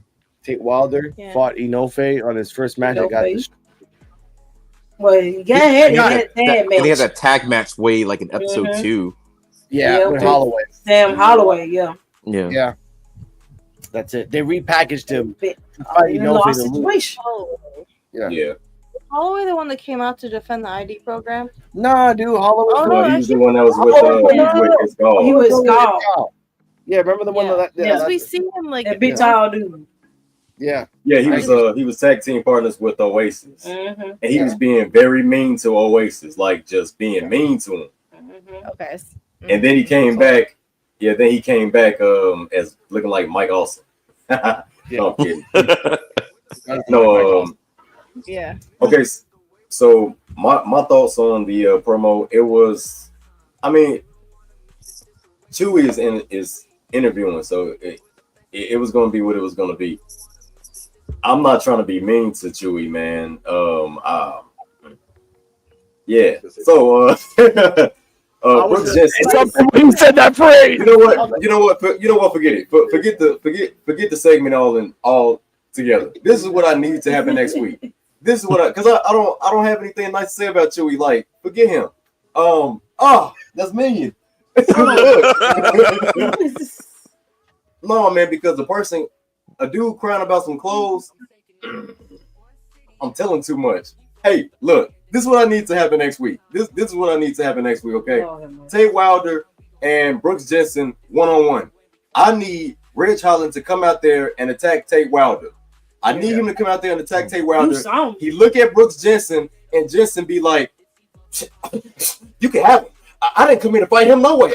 I need me a championship. And he just storms out. That's what I need to happen. Jordan Oasis gonna jump them. No. No. Jordan Oasis don't need to show up. That's all I need to happen. I just need that to happen. That would be hilarious. He literally looks at them fighting. Ridge Holland look at him like, what? And he's like, you can have him. I don't care about this match. I want me a championship anyway. Yeah. And he just storms out. Like, he got Keanu. Like I need him to say it as loud. I need him to say it as loud as day, that people watching the TV can hear him say it. It's gonna be hilarious if Brooks Jensen say that. Okay. It's gonna be hilarious. It's gonna be hilarious on that. If Ridge Holland comes out next week and attacks Tate Wilder. Yeah, exactly. But I would have added this. And looks at Brooks Jensen and he's like, you can have him. Like, I want me a championship anyway. I can't get a championship fighting him. Yeah, exactly. And just gets out the ring and storms out. Yeah. Why does Ridge Holland want an Evolve Championship anyway? Because that's all he has left. No. Ridge Holland is trying to intimidate Tate Wilder. And Brooks Jensen is looking at him like, yeah, he just lost by interference, but he doesn't care. He didn't want to fight Tate Wilder to begin with. He wants Jackson Drake. Yeah. And it's a weird long way to get Jackson Drake. Like, everyone wants Jackson Drake, but the ones that he doesn't want are coming to him, which is later on. We'll talk about that later. There's only one belt for like 10 guys, and all of them are just and the door keeps opening when more guys keep coming in. Like, that's the bad thing about this. What happens? It's not like other programs where it's like, if somebody wants the belt, they can come up and say, I want the belt, let me challenge you. On Evolve, it's like unanimously, it's like you have to work for it. Mm-hmm. You have to, that's true. And prove your record. Unless you had a match in the NXT that got interrupted, which then automatically you have a title shot. Or either way. We also got to keep in mind that the women's and men's Evolve championships are their world championships. We have to keep that in mind too. Mm-hmm. So you just can't come in and just think you just gonna get something handed to you. Nope, that's the Evolve Championship. It's the top of the top. Yep. Now, I want to say this about the promo. Wilder needs to win. He lost one on his debut. If he loses another one, I don't think they might do 50-50. Again, someone's booking this. I don't know if it's Triple H, but someone's booking this in the sense that if you win one, you most likely will lose one or two or three, maybe two, unless you're Aria Bennett, who loses 5 straight from everybody. Get well. Her knee is still healing. Get well soon. But with Brooks Jensen and Tate Wilder, and yes, we're gonna have to include Jordan Oasis, and yes, we're gonna have to include Ridge Holland. Get a 4-way. Whoever wins, get the title shot. Well, It's better that way, and then Jordan Oasis can backpack his way into the match. Here's the thing: there is a spoiler at the end that would kind of. We're not there yet. I know, that's what I'm saying. That would influence my thoughts on how this match would end and why it would end that way. But I can't say that until we get to the end. All right. Let's get to the next. I hate to say this because we got this and one more. Dante Chen promo to EOE. And no offense to Dante Chen, but this is my interpretation of what your commercial was or your promo was. I'm Dante Chen. I have climbed my way to the ranks of NXT. Paraphrasing. I I have done the long version. Why are you mad, Inoue? Because you don't want to do the long way. I've climbed. I've done this. I will give him a Singaporean ass kicking. And next week, ladies and gentlemen, in the beginning of the show, we will show what EOE's response is. How does it feel with Genuine? Which apparently my girlfriend has never seen that video, which I will show her later. And she will understand how does it feel. Hey yo. After that, we will show for real Terrell's response and Riri response to Dante Chen. But since we're talking about Terrell, what are your thoughts on Dante Chen versus Terrell next week? 5-0 for Inoue or 4-1? And the one being Dante. Hold up, let him You've go. been killing it on Instagram. You have been killing it on Instagram. I'd say that, yes.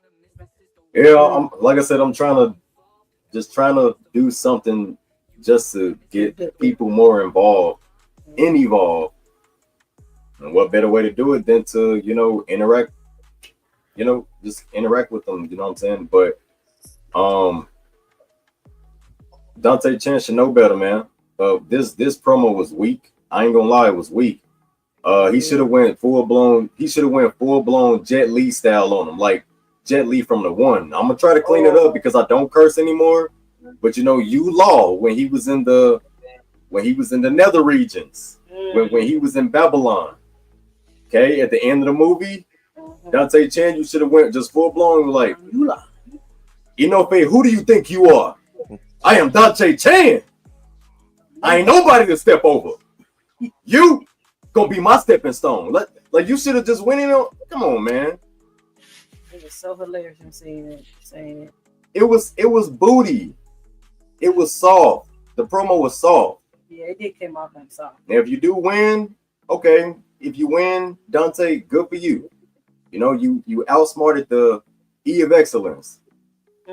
And just like that response that you did on IG in his comment section was booty too. Yeah, he should have stepped up on more on that promo. Could have got more little in there.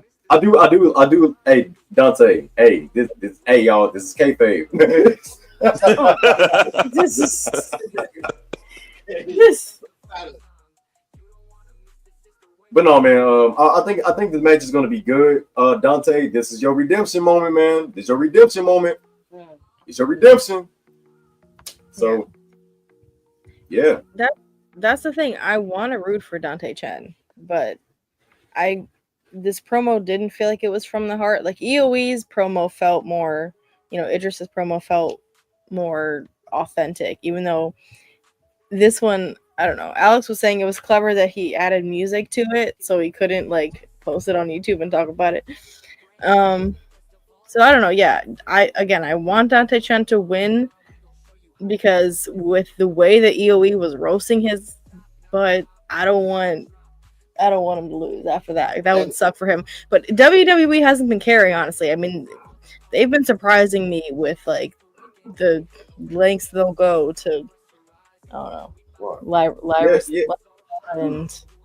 And like think about it, man. I mean, Inoue's video response on IG was better than the promo that we got yesterday. Like, golly, Dante, man. No, and sad. People like Ren has a series on Wednesdays called Wednesdays. Thea Hale has a series about chaotic coffee. We see that sometimes. Everyone has a series. Yeah. Even its gal literally tells you in the comments, give me a name on the WWE Evolve roster. I will rate them. And I'm going to do that after this. And I'm going to put Robert Stone. Because it's like, you can never be like that succulent man, Robert Stone. I'm paraphrasing. He said something like that. Ferocious. He said ferocious man or succulent man. He's like probably ferocious. But he did say Robert Stone. So I want him to rate Robert Stone next. No, I guess Instagram is a big part of like the wrestling persona, but that's more work you're putting into your character. He's the stud, but he has 2 kids. Boo! The dummy. Plan B. I'm like, Plan B. fucked up. Plan B. Almost Oh my my girl. God. That's great. No, Plan B is awesome, y'all. Oh my god! But no, speaking of it I want to say I this think they about, are about twins. So I know. I want to say this about this promo. Dante Chen, you have a week to respond and just say we need to space. Like, keep it going. It helps by promoting yourself on Tubi and promoting people to go see you on Tubi. Inoue does this every week for fun. For fun. He's not even getting that's paid. why. Yeah, that's why I did the video with Dante Chan, like responding to him, because like I want him to get hip to it. Like, let's keep this going, man. Like, respond to him, not just on TV. Respond to him. Yes. Wasn't that what it was though? That like EOE was responding to a comment from Dante Chen Yes. in the Instagram video. No. He was responding to the promo from Evolve, and he was using like friends and families of Dante Chan against him. Like, how you got people? How you got all these people from years ago rooting for you, and you let them down? Like, basically. Yeah, and that was a Simpsons moment too, because you can see the comments like 2 years ago, 6 months ago. I'm like, this just came out like this like an hour ago. What? Those comments were not like time specific at all. He was on SmackDown a while ago, and I don't think he's been back since. That's why I think it was also smart to include like to look at the timestamps 2 years ago, 3 years ago, one year ago. It's like you got all these people rooting for you for the past couple of years, and you still let them down. You know what I'm saying? Like, you didn't fulfill your promise. Yeah, this is gonna like that was smart. That was a smart way to react to a TV promo. He took it to the internet and did it. And that's the way to do it. I think Dante Chen needs to put like he's got the talent, but it's like he needs to put a little more heart and soul into it. He needs what he needs to do? He needs to find some people that have some Navy uniforms. Like, look, I need you to do a row of Navy people, and then you guys salute me on the way to me beating up Dante Chen. Like, really put into this thing. He is a Navy vet. I know he has like 5 or 6 Navy friends that can wear that suit and should be like, you are the excellence. Like, that's all you need. Okay. That's all. How do you beat a bully? You become a bigger bully, but you got to be a good bully to do it. Yeah, you got to be a good bully. Kanye West, Kanye West. Yes. Kanye West level bully. Okay. Yeah. Kanye West level bully. So much heart. You can't outbeat Kanye. Okay. Somebody come for Kanye, he always has the most messed up response. Yeah, and it sucks, but it's even the way it is. Even if we don't agree with everything he says. Yeah, but he spits in amidst all of the craziness. There's like a few gems of wisdom and things that Kanye says. Yeah, we have a button for that. It's called. That is absolute facts. You gotta learn how to beat Inoue at his own game, man. Get in line, or you're gonna get left behind. Exactly. You're gonna go back to NXT to lose to somebody else new, and then get disappeared for 4 months because of an injury. Again, that's your motto. Do a match. Pull the tights. It's okay. The fans still gonna love you. Don't worry about the fans. Don't worry about them. He needs to go a little bit heelish. He needs to be like, you think you're the shit? No, I'm the shit. Yeah, but again, we'll talk about it next week. Because again, I hope Inoue doesn't lose. And here's the weird thing about this: that puts him to 6-0. Well, actually 5-0. 5-0. He's gotta lose a streak. Puts him 5-0. When is he gonna fight Jackson Drake? It's time. He's already done the 4 wins quota that takes you to the championship. Now he goes to 5.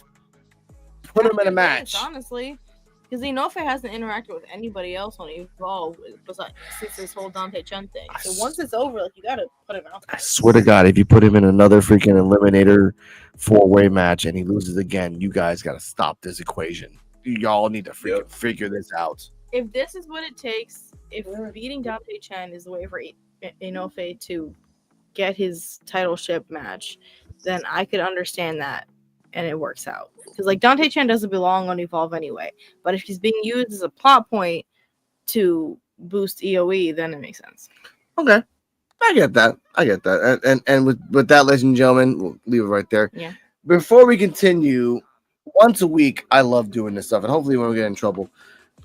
It's time for the Studometer with It's Gall. It's Gall, and today's a beautiful Wednesday, which means two things. Tonight, WWE Evolve streams live on Tubi, and the Studometer is out and ready to rank. So without further ado, today on the stud menu, drumroll please,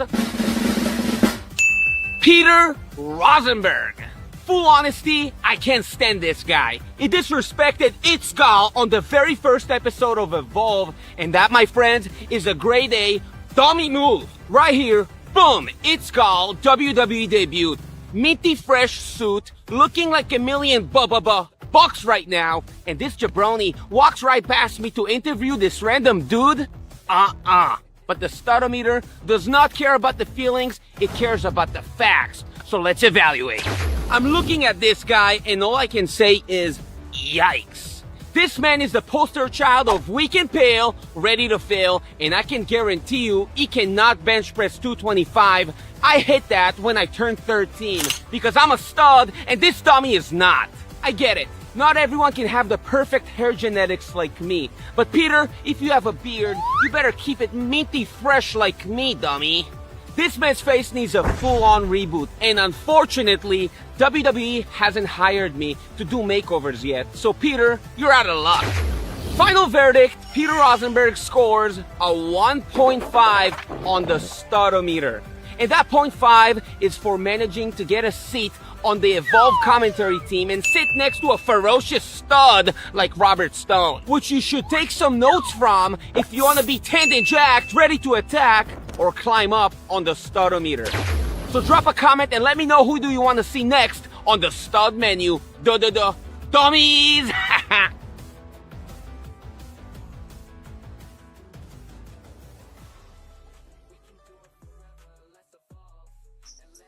Oh my goodness. Oh, Wow. that was funny. Every week, ladies and gentlemen, we're doing this. We are not dummies. Same way. The people, and by the way, it's.gal on Instagram. Really cool guy. I'm gonna comment later. What's your thoughts on Peter Rosenberg being a 1.5 EOD 33? Maybe it might have been a little bit too high. Ooh! I'm just saying, maybe it could have been a 1. This is based on It's Gal Studometer, not my Studometer. I don't have one, but he's lucky he got the 1.5. He really is. So you said we did a Shawn Legacy. He gave him a 4 a couple weeks ago. Yeah. So Sean is jacked. That's not bad. But didn't he say that the 0.5 was because he was next to Robert Stone? A ferocious stud. Yes, he was being generous by giving him that 0.5. So it really actually should have been lower. It should have been a 1. Yeah. It should have been a 0.5. It should have been a 0 and then a 0.5. Well, because you're hanging out with Robert Stone. But that, like, Robert Stone should have been in the comments like, motherfucker, I deserve like a 5. By hanging out with him, he deserves to be a 5 because he's hanging out with me. That's very generous. Outside of me, he's a 0. That's I fair. don't, Robert Stone does follow me on Twitter because of back in his NXT days, he used to be dressed so fly, and I used to comment on all the house shows. And then they caught me in the audience and everything, and he actually followed me because of it. So Nice. that's my Robert Stone story.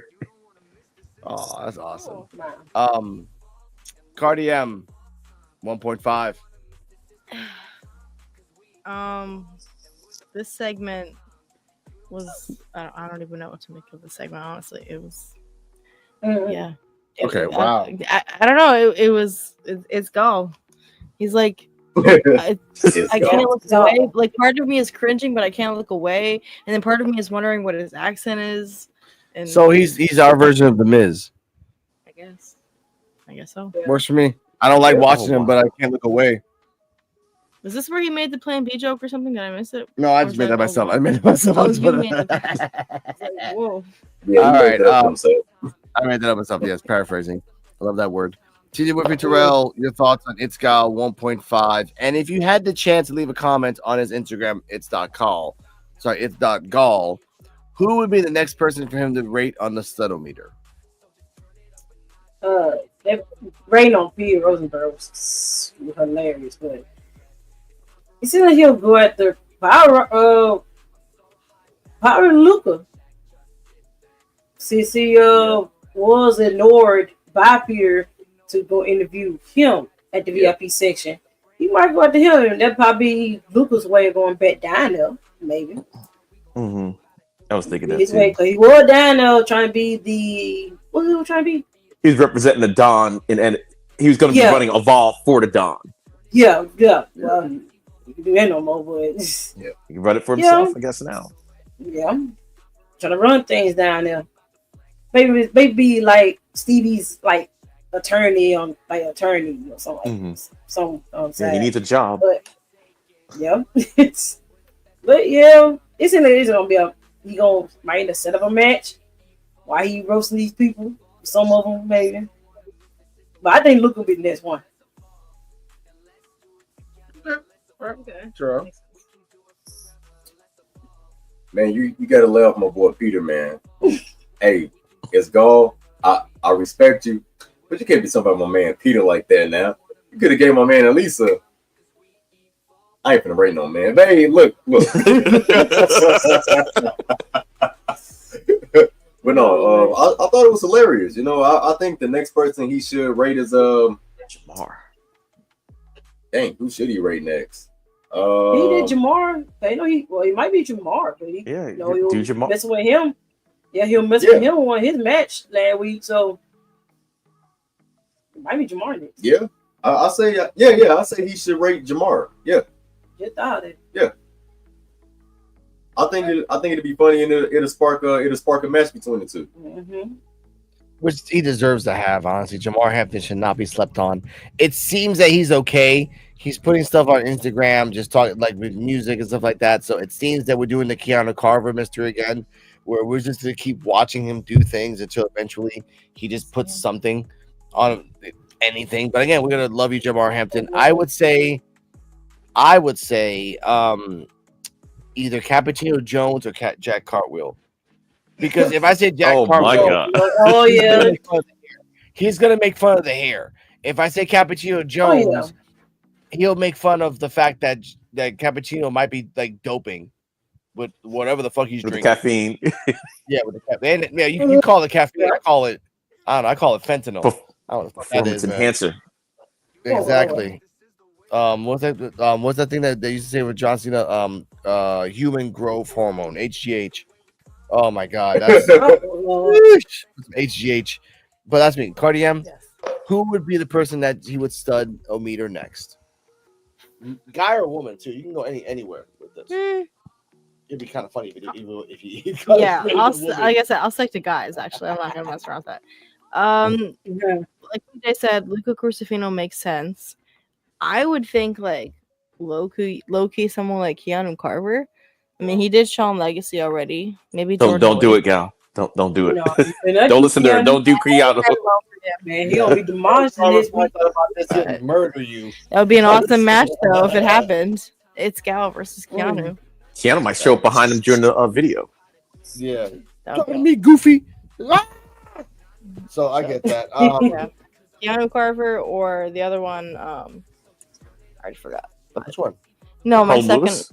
Jordan Oasis. Jordan Oasis. As the second. I was gonna say Jordan Oasis, but Yeah. he can do so many homeless jokes, like just for the first 10 seconds of the joke.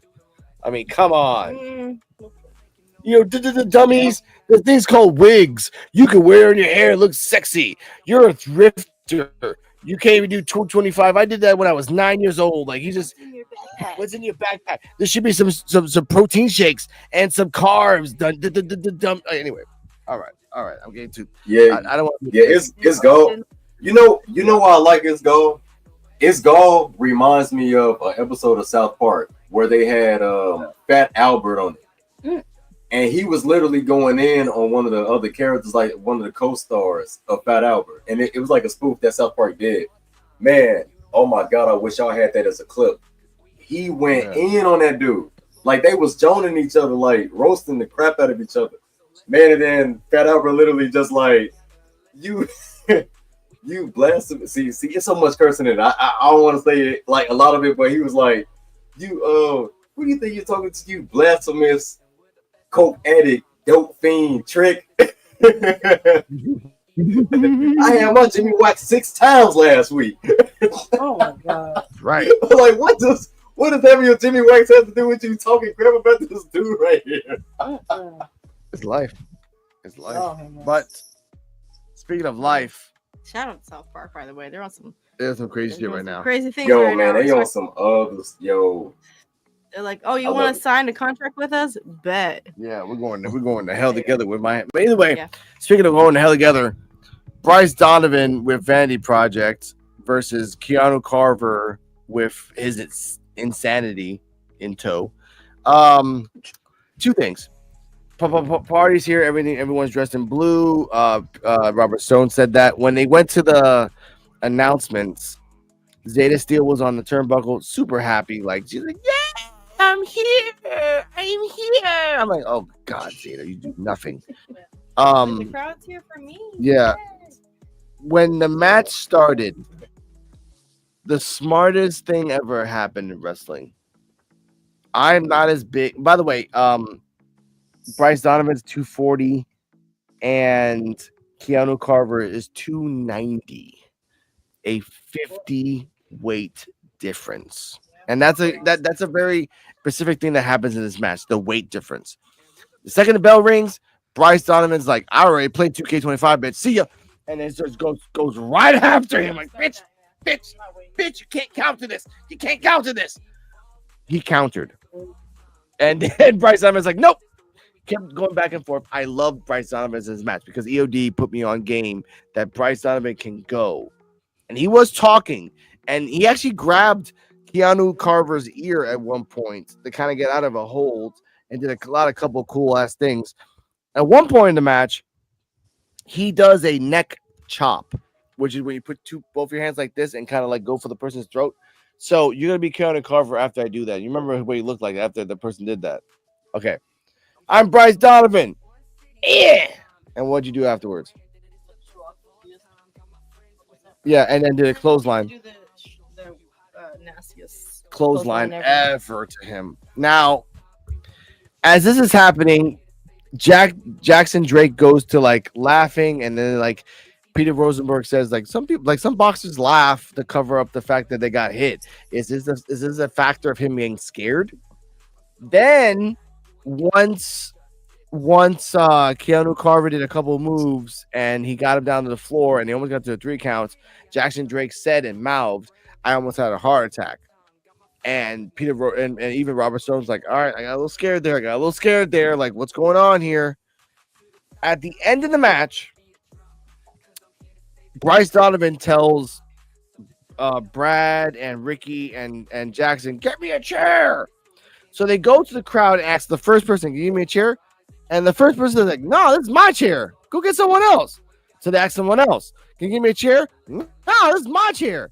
And there's a girl in the background, like pointing, like there's a chair right there. You have to jump over the barricade. Ricky Smokes doesn't want to do that. They're just like, get a chair. Brooks Jensen comes out of nowhere and fucking grandstanding. You three are the worst. I'm pointing at you three because you three right now are my problem.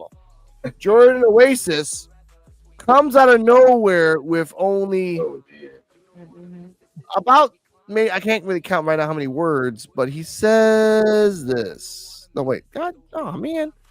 Where is it? I lost it. There it is. You want to know what's in this backpack?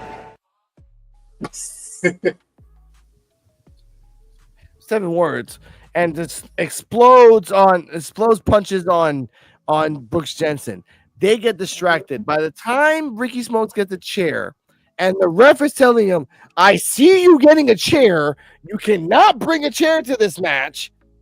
Keanu Carver comes from behind, grabs Bryce Donovan, distracts him, does the pounce, does his finisher for the 1, to count to 1,000. He ain't never waking up. Post match. Counter with that. Post match. No one from Vanity Project comes in to attack Keanu Carver. No one from Vanity Project comes in to pull Bryce Donovan out of the ring. No one. Keanu Carver looks up like, come on, man.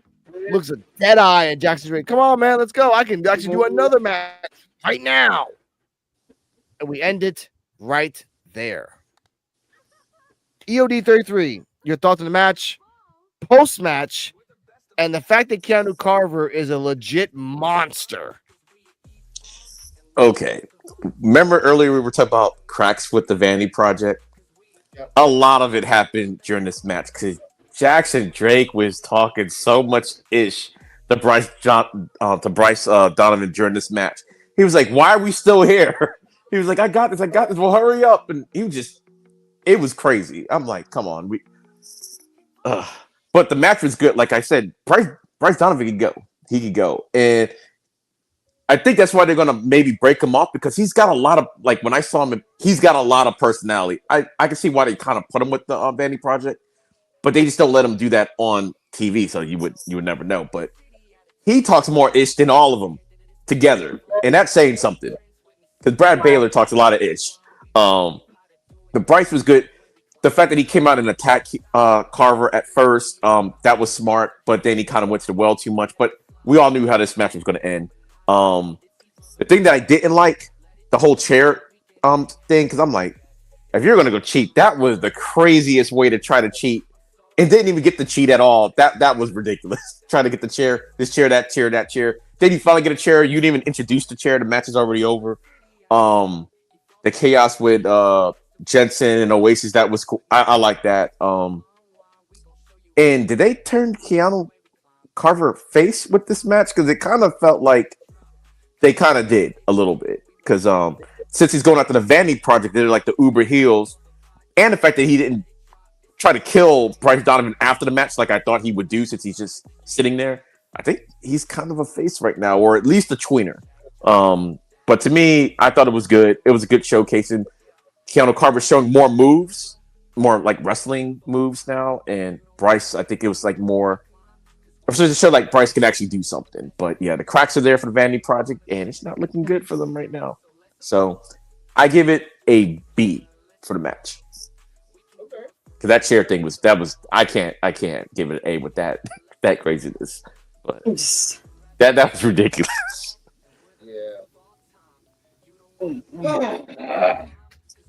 Cardi M. By the way, Carly Bright mentioned our story, so shout out to you, Carly Bright. Thank you for liking that.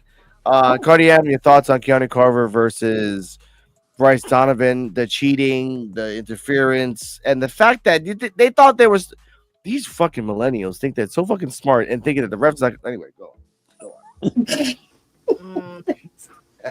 What? Thinking the ref's not gonna notice something? Come on, man. Come on. Yeah. Jeez. Bryce Donovan. I want to see more of Bryce Donovan because I feel like he didn't show out as much in this match as he could have. I will give this match I'll give it an A minus. But yeah, I want to see more of both of them. And I agree, the way that Jackson Drake was acting towards Bryce Donovan was crazy. I was like, why are we still here? Like, come on, dude. Why is not finished yet? Yeah. Like, they all stood ringside for you while you were doing your, championship matches. So, same ringside with Bryce, Keanu. He's not part of Vanity Project. He's the bodyguard for Vanity Project. He's treating him like the hired help to me. Okay. Which technically I guess he is. He is. He knows that. He doesn't like that. It's like, He no, does you're not not just like gonna that. sign me up for matches whenever you feel like it. No, dude. So I hope he's working his way out of Vanity Project, I think. Please. Ceejaywolfy, Terrell, your thoughts of the match, post-match, and all Keanu Carver has to do now is go after Swipe Right. Yeah. And the match overall was good. I'm just gonna start the match. I get that like a B. And yeah, that spot with them trying to get a chair, kind of weird. Like they could, like y'all ain't thought about you looking under the ring and get a chair, or did you get something out of the chest that get a chair from out of the audience? Then you took forever. Then Brooks Jensen come out there. Then they got Jordan Oasis situation all here and there. And yeah, with Jackson Drake, coming at Bryce like that, it just bring more kind of another rip in there and telling him like, why you not finished with this match yet? Why you not, why are we still here and this and that? It's just there is for some parts of that kind of what a chip on saying really, but overall the match was good. It actually good to be.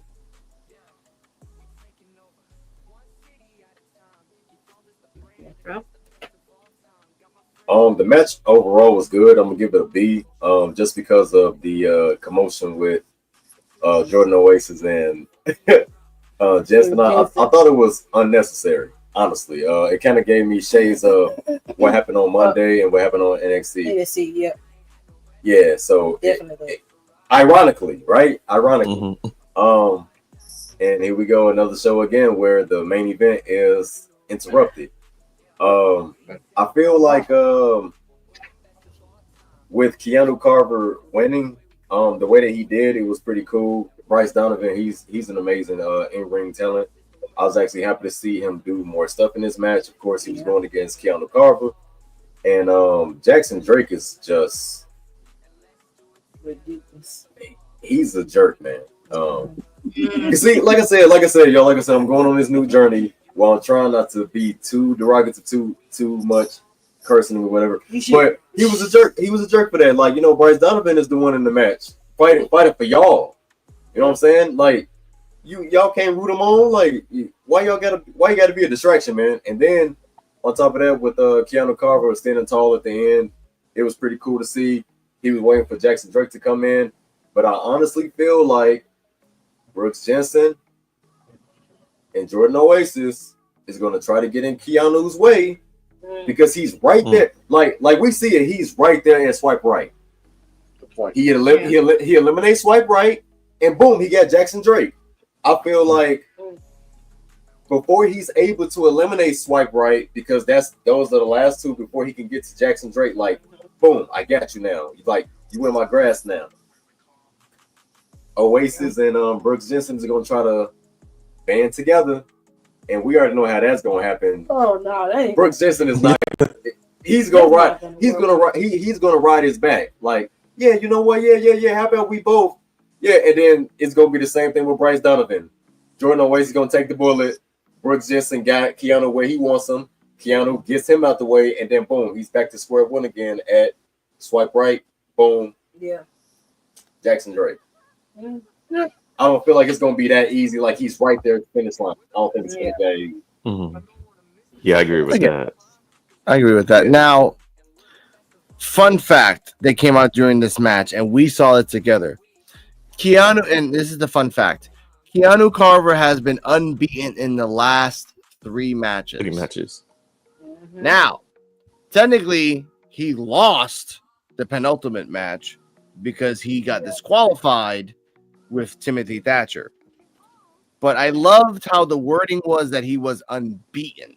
Like, this is how you book wrestlers. If they cheat or get disqualified, you just reword it and then it works.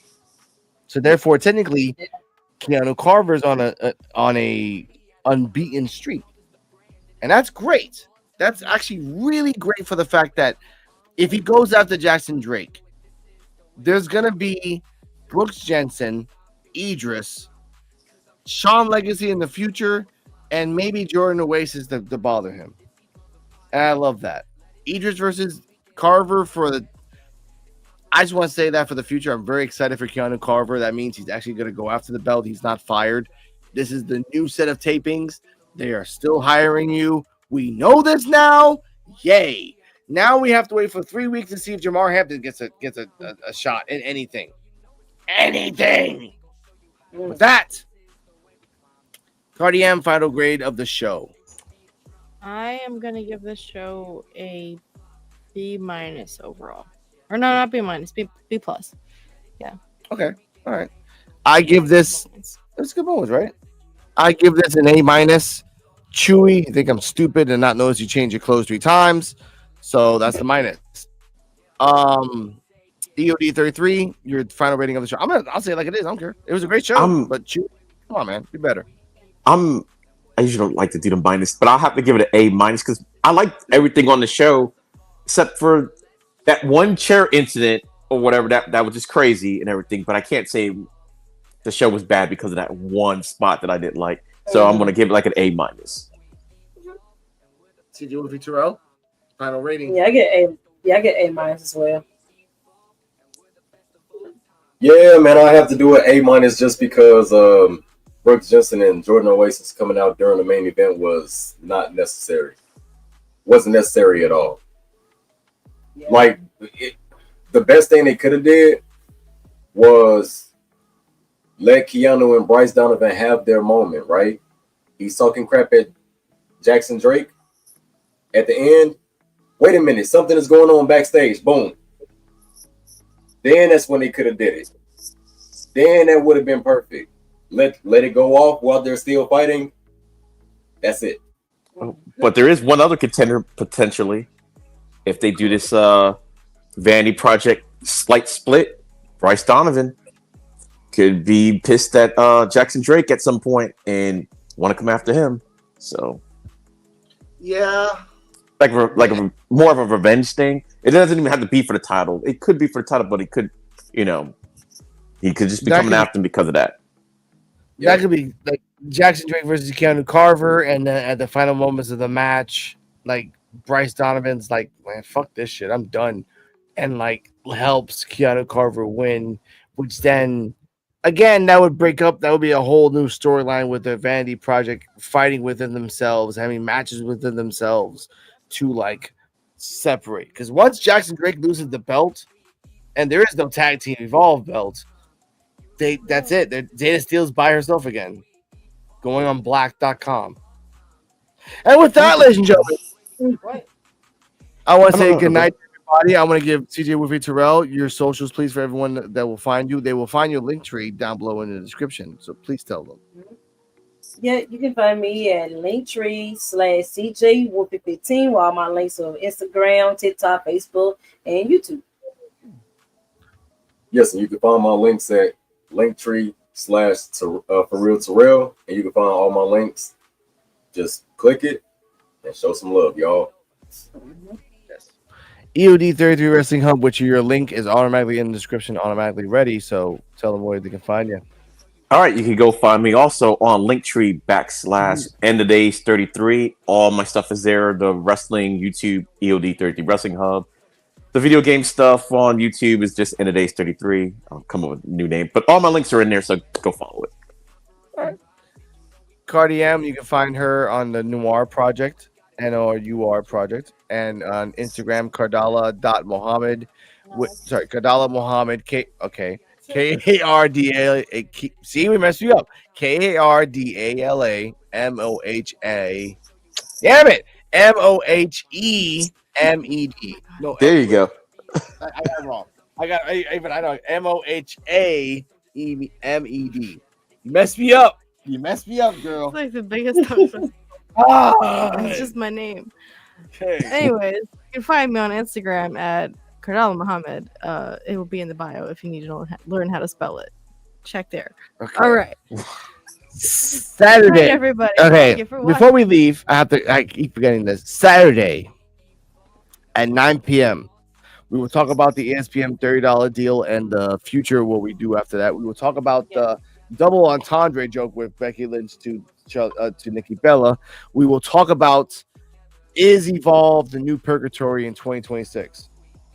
Because after 2026, that's all I'm going to say about that. And Tiffany Stratton is trying not to get canceled on the Logan Paul show, and she just made it worse and worse and worse. Yes. Stay healthy. Stay happy.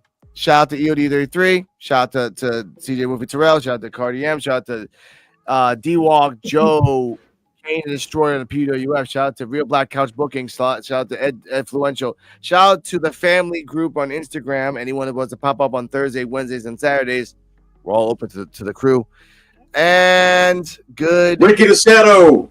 Ricky the Shadow. Ricky the Shadow. Chrissy Wrestling. Rage. Thank you. Yeah. And TJ for real. I think TJ for real. I think. Yeah. If I get that right. Yeah. It's a lot of us. It's a lot of us, yo. A lot of us, man. Yeah. And shout out to Chrissy Talks We're gonna get the Wrestling. list. Yep. Yeah, Jaquel KO, everybody else. There's a lot of there's like 25 people in the damn group. It's crazy. It's really ridiculous. NWO. NWO, man. Good night, everybody. Well, we don't. Next time. Thanks for watching, and remember, like, subscribe, comment, leave your thoughts down below, and all links are in the description.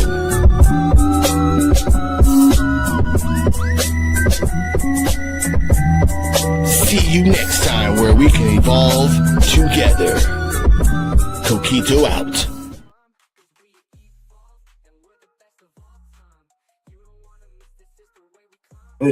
Lord. Just now.